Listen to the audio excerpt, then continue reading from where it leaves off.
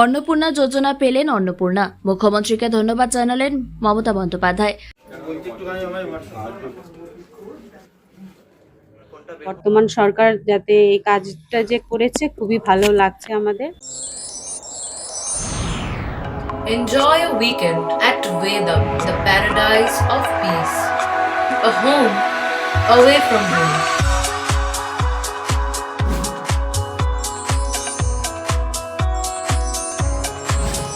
See yourself resonating with the nature.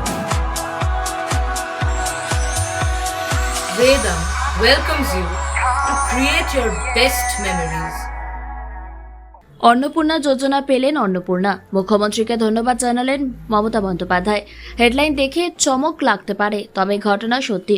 Chuchura বড়বাজারের বাসিন্দা পৌরা অন্নপূর্ণা কাহার অন্নপূর্ণা যোজনার সহায়তা পেলেন।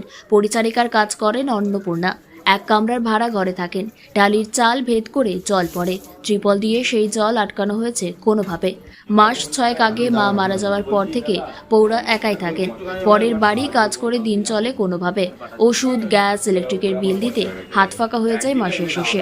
রাজ্য সরকার মহিলাদের অন্নপূর্ণা যোজনার টাকা দেওয়ার কথা ঘোষণার পরে আবেদন শুরু হয়।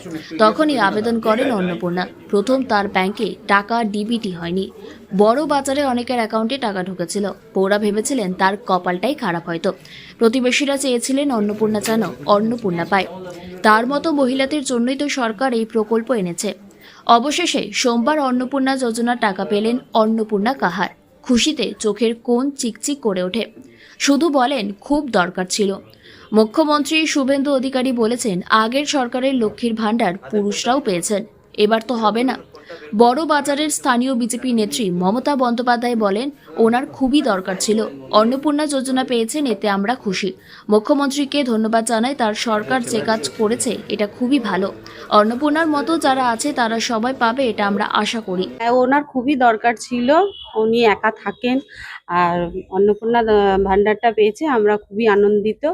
তবে মুখ্যমন্ত্রীর কাছে আমরা ধন্যবাদ জানাই। বর্তমান সরকার যাতে এই কাজটা যে করেছে খুবই ভালো লাগছে আমাদের। সবাই আস্তে আস্তে যাতে পাক সেটা আমরা চাই। অন্নপূর্ণা ভান্ডার পেয়েছেন, সত্যি বলতে আমরা সবাই আনন্দিত। ধন্যবাদ জানাচ্ছি আমাদের বর্তমান মুখ্যমন্ত্রীকে। কি নাম আপনার? মমতা বন্দ্যোপাধ্যায়। বিজেপি নেতা সপ্তর্ষি বন্দ্যোপাধ্যায় বলেন অন্নপূর্ণার মতো মহিলারা যাতে এই প্রকল্পের সুবিধা পায় এটাই আমরা চাই। অর্থনৈতিক দিক থেকে পিছিয়ে পড়া গরিব মানুষদের জন্যই তো এই প্রকল্প।